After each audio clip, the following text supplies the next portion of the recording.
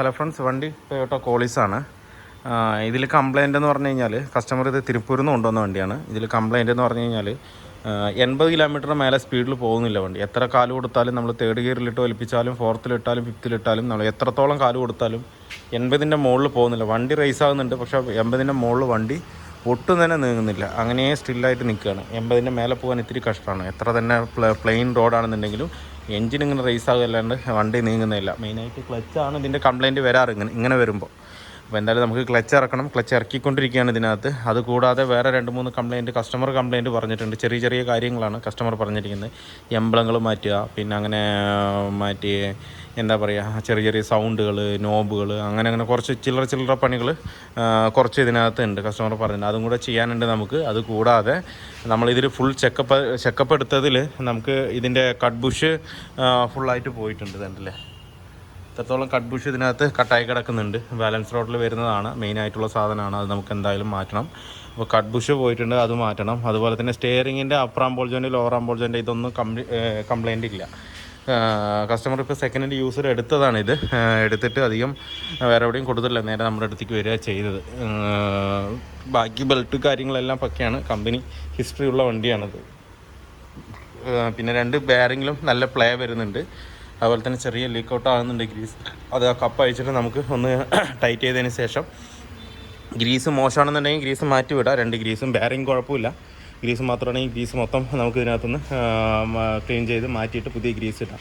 പിന്നെ ഇതിൻ്റെ brake pad നമുക്ക് ചേഞ്ച് ചെയ്യണം. ബ്രേക്ക് പാഡ് ചേഞ്ച് ചെയ്യുന്നതിൻ്റെ കൂടെ ഡിസ്ക് കൂടെ നമുക്ക് കസ്റ്റമറുടെ അടുത്ത് പറഞ്ഞിട്ട് പോളിഷ് അടിക്കുന്നത് നല്ലതായിരിക്കും. എന്ന് വെച്ചാൽ പുതിയ പാഡ് ഇടുന്നതുകൊണ്ട് നമുക്ക് ഡിസ്ക് അത്രത്തോളം ഫിനിഷിംഗ് ആയിരുന്നു കഴിഞ്ഞാൽ ബ്രേക്കിംഗ് കറക്റ്റായിട്ട് നമുക്ക് വരും. അതുപോലെ തന്നെ ഇതിൻ്റെ ബ്രേക്ക് പാഡ് കംപ്ലീറ്റും പോയിരിക്കുകയാണ്. ഒന്നുമില്ല, ഒട്ടുമില്ല. കണ്ടില്ലേ, full metal to metal contact ആകാനായിട്ട് നിൽക്കുന്നുണ്ട്. അത്രത്തോളം വേണമായിട്ടുണ്ടത്. നമുക്കിതിൻ്റെ ബ്രേക്ക് പാഡ് കംപ്ലീറ്റ് മാറണം.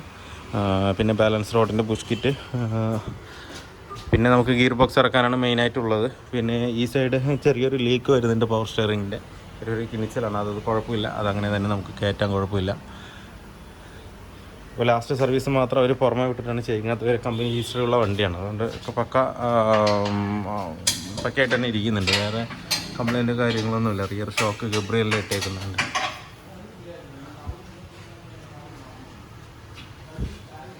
വേറെ ബ്രേക്കോ കാര്യങ്ങൾ, ഫ്രണ്ട് ബ്രേക്ക് മാത്രം കംപ്ലയിൻ്റ് ഉണ്ട്. പിന്നെ ബ്രേക്ക് ഷൂ സെറ്റ് ചെയ്തിരിക്കുന്നത് റോങ് ആയിട്ടാണ് സെറ്റ് ചെയ്തിരിക്കുന്നത്. ഞാൻ പറയാറുള്ള പോലെ ഇതിൽ ഹാൻഡ് ബ്രേക്കിൻ്റെ ബ്രേക്ക് ഷൂ എപ്പോഴും ഇത്രയ്ക്കും നിൽക്കണം. ഇത് ഈ ലെവലിൽ നിൽക്കണം, എന്നാലേ ഹാൻഡ് ബ്രേക്കിംഗ് കറക്റ്റ് ആവുള്ളൂ. കറക്റ്റായിട്ട് നമുക്ക് നിർത്താൻ പറ്റുള്ളൂ.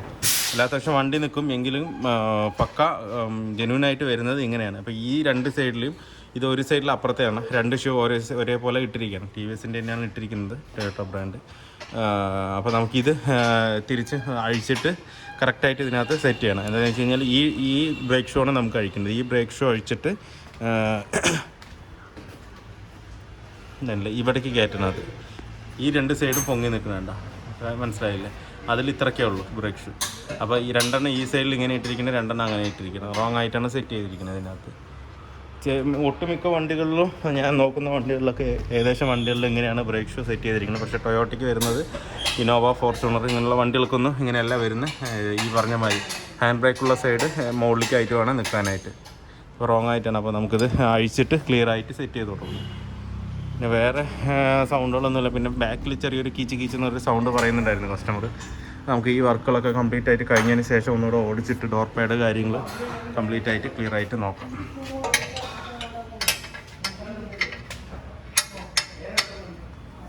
ഇന്നോവമാരി അത്രയും ഫ്രീ ആയിട്ട് ഇറക്കാൻ കഴിയില്ല. കുറച്ച് ഇതുണ്ട്. എന്താണെന്ന് വെച്ച് കഴിഞ്ഞാൽ ഈ സൈഡും 2 ആമ് വരുന്നതുകൊണ്ട് നമുക്കിത് ഇറങ്ങി വരാൻ കുറച്ച് ബുദ്ധിമുട്ടാണ്. തിരിച്ച് ചരിച്ചിട്ടൊക്കെ വേണം അത് എടുക്കാനായിട്ട്. എന്നാലും നമുക്കിത് അഴിച്ചെടുക്കാം. വേറെ സസ്പെൻഷൻ പാർട്സിനൊന്നും ഒരു കുഴപ്പമില്ല, പക്കയാണ്. നമുക്ക് ഗിയർ ബോക്സ് ഇറക്കിയിട്ട് ഞാൻ ക്ലച്ചിൻ്റെ കണ്ടീഷൻ നോക്കിയിട്ട് പറഞ്ഞു. നമ്മൾ കോളേജിൻ്റെ ക്ലച്ച് സെറ്റ് അഴിച്ചിട്ടിട്ടുണ്ട്. ഇതിൽ സ്ലിപ്പിംഗ് ആയി തുടങ്ങിയിട്ടുണ്ട്, തുടക്കമാണ് ഇതിനകത്ത്. പക്ഷേ ഇതിലൊരു കംപ്ലയിൻ്റ് എന്ന് പറയുമ്പോൾ അഴിക്കുമ്പോൾ കണ്ടൊരു കംപ്ലയിൻറ്റ്, ഇതിൻ്റെ ഫ്ലൈ വീലിൻ്റെ ഫിംഗർ വന്നിട്ട് ഈ പ്ലേറ്റിൽ കിടന്ന് ഒരയാണ്, കണ്ടില്ലേ? ഈ ഒരയുന്ന സമയത്താണ് കസ്റ്റമർക്ക് മെയിൻ കംപ്ലയിൻ്റ് ആണ്. എന്താണെന്ന് വെച്ച് കഴിഞ്ഞാൽ ഗിയർ ഇടുമ്പോൾ ടൈറ്റ്, ഗിയർ നമ്മൾ ഫസ്റ്റ് സെക്കൻഡൊക്കെ നിർത്തിയിടുമ്പോൾ ഭയങ്കര ടൈറ്റാണെന്നാണ് പറയുന്നത്. അപ്പോൾ എന്താണെന്ന് വെച്ച് കഴിഞ്ഞാൽ നമ്മൾ ഇതിലേക്ക് ഈ ക്ലച്ച് എൻഗേജ് ചെയ്യുമ്പോൾ ഈ ഫിംഗർ താഴത്തേക്ക് പോകും. ആ താഴത്തേക്ക് പോകുന്നതോട് കൂടിയിട്ട് ഇതിലെ പ്രഷർ റിലീസായിട്ട് ഈ പ്ലേറ്റിൻ്റെ ഈ സാധനമാണ് ഇതിൽ പിടിച്ച് നിൽക്കുക, തള്ളി നിൽക്കുക. അപ്പോൾ ഇത് റിലീസാകുമ്പോൾ ഇവിടെ ഫ്രീ ആവും. ആ ഫ്രീ ആകുമ്പോഴാണ് നമുക്ക് ഗിയർ കറക്റ്റായിട്ട് വീഴാൻ പറ്റുക. ആ ഫ്രീ ആകുന്നതോട് കൂടിയിട്ട് ഈ ഫിംഗർ വന്ന് ഇവിടെ മുട്ടുകയും ചെയ്യുമ്പോൾ ഈ ഫിംഗറിൻ്റെ ലോഡ് കൊണ്ട് ഇത് കവർ തിരിയുന്നതിനനുസരിച്ച് പ്ലേറ്റും തിരിയും. ആ തിരിയുന്ന സമയത്ത് ഗിയർ ടൈറ്റ് വരും. എപ്പോഴും ഈ ഇതിൽ പ്രസ് ചെയ്ത് കഴിഞ്ഞാൽ ഇത് ഫ്രീ ആവണം. ഇത് പിന്നെ അവിടെ ഉള്ളിൽ കിടന്ന് തിരിയാൻ പാടില്ല.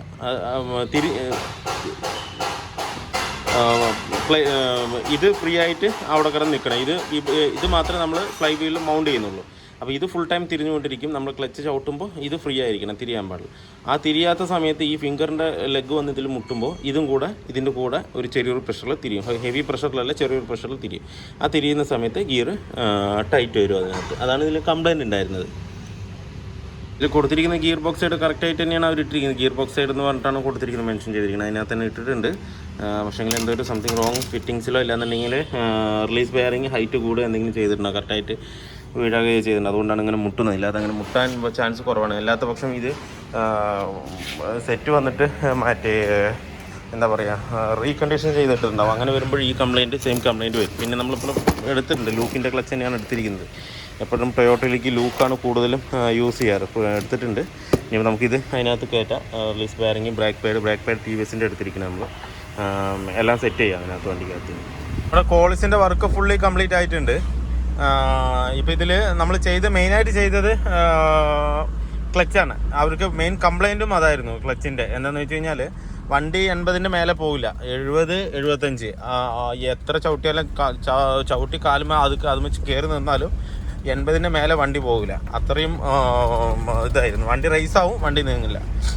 ക്ലച്ച് സെറ്റ് റൈസായി തുടങ്ങിയിട്ടുണ്ട്, ഞാൻ കാണിച്ചു തന്നല്ലോ. അത് മാത്രമല്ല അതിൻ്റെ ഫിംഗർ വന്നിട്ട് മറ്റേതിൽ മുട്ടുന്നുണ്ട്. അതുകൊണ്ടാണ് ഗിയർ ടൈറ്റും വന്നത്. ഇപ്പോൾ ക്ലച്ച് എന്ന് പറഞ്ഞു കഴിഞ്ഞാൽ പക്ക സ്മൂത്താണ്. നമ്മൾ കാലുകൊണ്ട് ചവിട്ടുമ്പോൾ അത്രത്തോളം ഫ്രീ ആയിട്ടാണ് നമുക്ക് പെഡൽ താഴത്തേക്ക് പോകുന്നത്. അത് മാത്രമല്ല ഗിയർ ഷിഫ്റ്റിങ് അതുപോലെ നമ്മളിങ്ങനെ ഒരു വിരലുകൊണ്ട് തണ്ട അങ്ങനെ ഇട്ട് കൊടുക്കുക. അത്രയും ഫ്രീ ആണ്.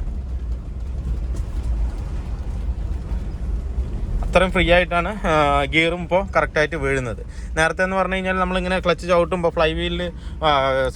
ക്ലച്ച് കവർ വന്നിട്ട് ഡിസ്കുമ്പോൾ ഒരയുന്ന സമയത്ത് ആ ഒരു ഡിസ്ക് എപ്പോഴും ഫ്രീ ആയി നിൽക്കണം. എന്നാൽ മാത്രമേ നമുക്ക് ക്ലച്ച് കറക്റ്റായിട്ട് ഗിയർ കറക്റ്റായിട്ട് ഷിഫ്റ്റ് ആവുള്ളൂ. ഇതിപ്പോൾ കണ്ടില്ലേ, നമുക്ക് ഒരു വിരൽ മതി, ഒരു സൗണ്ടോ കാര്യങ്ങളോ ഒന്നുമില്ല. വെറുതെ ഇങ്ങനെ നോണ്ടി വിട്ടാൽ മതി ക്ലച്ച്. ഇതെൻ്റെ ഗിയർ അത്രയും ഫ്രീ ആണ് ഇപ്പോൾ. ഇതെൻ്റെ ഇല്ലേ, ഒരു ഇതോ ഒന്നുമില്ല. അതങ്ങനെ നമുക്ക് നോണ്ടി അങ്ങ് വിട്ട് കഴിഞ്ഞാൽ ആ ഒരു പ്രഷറിൽ തന്നെ ഗിയർ വീണുള്ളൂ. അത്രയും ഫ്രീ ആണ് ഇപ്പോൾ. നേരത്തെ നമ്മൾ എല്ലാ ഗിയറും ടൈറ്റും അതുപോലെ തന്നെ ചില ഗിയറിൽ സൗണ്ടും വരുന്നുണ്ടായിരുന്നു. ഇപ്പോൾ അത് പക്ക ഓക്കെ ആക്കിയിട്ടുണ്ട്. അതുപോലെ ഇനിഷ്യൽ ടോർക്ക് അടിപൊളിയായിരുന്നു. ഞാൻ സ്പീഡിൽ ഓടിക്കാൻ പറ്റിയിട്ടില്ല. ഇനിഷ്യൽ ടോർക്ക് നമ്മൾ ഫസ്റ്റ് ഗിയർ ഇട്ടൊക്കെ എടുക്കുമ്പോൾ വണ്ടി അങ്ങ് കുതിച്ചു പോകും അല്ലേ, നമുക്ക് വേറെ അറിയാൻ പറ്റും. എടുത്ത് ചാട്ടിച്ചിട്ട് പോകുന്ന ഒരു ഫീല് ഇതിനകത്ത് കിട്ടും കോളേജിനകത്ത്. മനസ്സിലായില്ലേ? നേരത്തെ ക്ലച്ച് എന്ത് പറ്റുന്ന എനിക്ക് റീകണ്ടീഷൻ ചെയ്ത പോലെയാണ് എനിക്കത് ഫീൽ ആകുന്നത്. അതുകൊണ്ടാണ് ആ ഒരു പ്രശ്നം അതിനകത്ത് വന്നത്. പിന്നെ ഉള്ള വർക്ക് എന്ന് പറഞ്ഞാൽ നമ്മൾ ബാക്കിലെ ബ്രേക്ക് ഷൂ റോങ് ആയിട്ടായിരുന്നു കിടന്നത്. അത് ക്ലിയർ ആക്കിയിട്ടുണ്ട്, സെറ്റാക്കിയിട്ടുണ്ട്. പിന്നെ ഫ്രണ്ടിൽ ബ്രേക്ക് പാഡ് മാറിയിട്ടുണ്ട്. ബ്രേക്ക് പാഡ് മാറിയത് കൊണ്ട് ബ്രേക്ക് എഫിഷ്യൻസി കുറച്ച് കുറവ് പോലെ തോന്നും. കുറച്ച് ഓടിക്കഴിഞ്ഞ് കഴിഞ്ഞാൽ അത് പക്ക കറക്റ്റാകും. എന്താ വെച്ചാൽ പുതിയ പാഡും ഡിസ്ക് പഴയതായതുകൊണ്ട് ഒരു മാച്ചിങ് ആവാനായിട്ട് ഇച്ചിരി ഒരു 100 കിലോമീറ്റർ ഓടിക്കഴിഞ്ഞ് കഴിഞ്ഞാൽ പക്കയാവും. നമ്മൾ ഫസ്റ്റൊക്കെ ബ്രേക്ക് പാഡ് മാറിയത് നമ്മൾ എടുത്തും കൂടി ചവിട്ടിയ വണ്ടി നിൽക്കുകയില്ല, വണ്ടി അങ്ങ് ഒഴുകി അങ്ങ് പോകുന്ന മാതിരി നമുക്ക് ഫീൽ ചെയ്യും. പക്ഷേ ഇനിഷ്യൽ ടോർക്ക് ഇപ്പോൾ പക്കയായിട്ടുണ്ട്. നേരത്തെ ഇത്രത്തോളം വണ്ടി നീങ്ങില്ല. ഫസ്റ്റ് ഗിയർ ഇട്ട് കൊടുത്താലും നമുക്ക് ഒരു മതമതപ്പ് ഉണ്ടാവും ഇതിനകത്ത്. ഇപ്പോൾ അതില്ല, പക്കയായിട്ട് പോകുന്നുണ്ട്. പിന്നെ നമുക്ക് സ്റ്റിയറിംഗ് സെൻറ്റർ ആക്കാനുണ്ട്. എന്താ വെച്ച് കഴിഞ്ഞാൽ അതിൻ്റെ കോളം ബൂട്ടൊക്കെ അഴിച്ചതാണ്. സ്റ്റിയറിങ്ങിൻ്റെ സൗണ്ട് ഉണ്ടായിരുന്നു. അപ്പോൾ അത് ക്ലിയർ ആക്കാൻ വേണ്ടിയിട്ട് അതൊക്കെ അഴിച്ചിട്ടുണ്ട്. അതുകൊണ്ട് സെൻറ്റർ നമുക്ക് ക്ലിയർ ആക്കാനുണ്ട്. വണ്ടി പക്കയാണ്. ഫോർത്ത് ഗിയറാണ്. ഫോർത്ത് ഗിയറിൽ തന്നെ വണ്ടി എണിച്ചങ്ങ് പോകുന്നുണ്ട്. നേരത്തെ ഇത്രയും ഒരു പുള്ളിങ് ഇതിനകത്ത് വരികയില്ല. ഫോർത്ത് ഗിയറിൽ ഇട്ട് കഴിഞ്ഞാൽ വണ്ടി എന്ന് പറഞ്ഞാൽ അങ്ങനെ നിൽക്കുകയുള്ളൂ. വൃത്തിലിട്ടാലും വണ്ടി കയറി പോകുന്നുണ്ട്, നല്ലോണം കയറി പോകുന്നുണ്ട് ഇപ്പോൾ. അപ്പോഴേക്ക് വണ്ടികൾ വന്നു, ഇല്ലെങ്കിൽ ഫുള്ളായിട്ടൊന്ന് ചവിട്ടി വിടായിരുന്നു.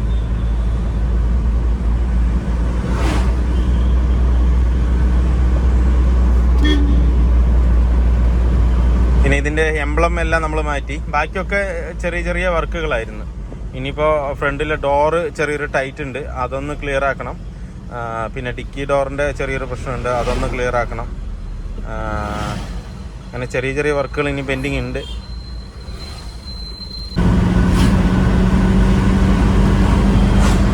ഇപ്പോൾ കണ്ടില്ലേ, സ്പീഡ് കണ്ടില്ലേ? എനിക്ക് അത്രയ്ക്ക് അങ്ങ് ഓടിക്കാൻ പറ്റുന്നില്ല. ഇപ്പം 100 കവറാകാനായി. അപ്പോഴേക്ക് വണ്ടി ഫ്രണ്ടിൽ വരുന്നുണ്ട്. നേരത്തെ ഈ ഒരു സ്പീഡിൽ നമുക്ക് ഓടിക്കാൻ പറ്റില്ല. 80 ആയി കഴിഞ്ഞാൽ പിന്നെ ആ ഒരു പതപ്പൻ എങ്ങനെ അങ്ങ് പോകും. ഇപ്പം നല്ല ഗ്രിപ്പായിട്ടുണ്ട് വണ്ടി ഓടിക്കാനായിട്ട്. എനിക്ക് കൂടുതൽ സ്പീഡിൽ ഓടിക്കാൻ പറ്റുന്നില്ല. എന്ന് വെച്ചാൽ അപ്പോഴത്തേക്കും വണ്ടികൾ ഫ്രണ്ടിൽ നിൽക്കുന്നതുകൊണ്ട് എനിക്ക് ഓടിച്ച് കാണിക്കാൻ പറ്റുന്നില്ല. ഇപ്പോൾ വ്യത്യാസം നല്ലവണ്ണം ഉണ്ടായിട്ടുണ്ട്. നേരത്തെ ആ കംപ്ലയിൻറ്റ് കംപ്ലീറ്റ് ആയിട്ട് സോൾവ് ആയിട്ടുണ്ട്. പിന്നെ 2 സ്റ്റാർ ജോയിൻറ്റ് ഇതിനകത്ത് പോയിട്ടുണ്ടായിരുന്നു. ആ 2 സ്റ്റാർ ജോയിൻറ്റും മാറ്റിയിട്ടുണ്ട്. അതുകൊണ്ട് നമുക്ക് ആക്സിലേഷൻ കൊടുക്കുമ്പോൾ ഒരു ഇടുപ്പ് ഇതിനകത്ത് കിട്ടുന്നില്ല. പക്ക സോൾവ് ആയിട്ടുണ്ട്.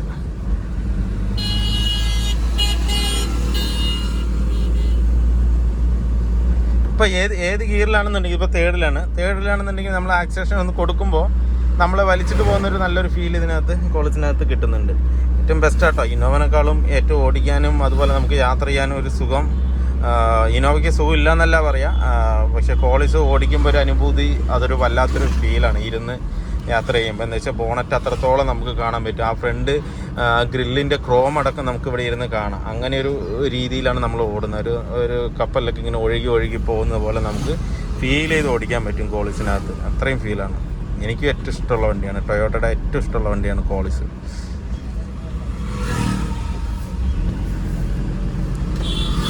അപ്പോൾ വീഡിയോ എല്ലാവർക്കും ഇഷ്ടമായാലും ഒന്ന് ലൈക്ക് ചെയ്യുക, ഷെയർ ചെയ്യുക, അതുപോലെ തന്നെ സബ്സ്ക്രൈബ് ചെയ്യാതെയാണ് വീഡിയോ കാണുന്നതെങ്കിലും സബ്സ്ക്രൈബ് ചെയ്ത് സപ്പോർട്ട് ചെയ്യുക. അപ്പോൾ മറ്റൊരു വീഡിയോയിലേക്ക് കാണുന്നവരെ എല്ലാവർക്കും ബൈ.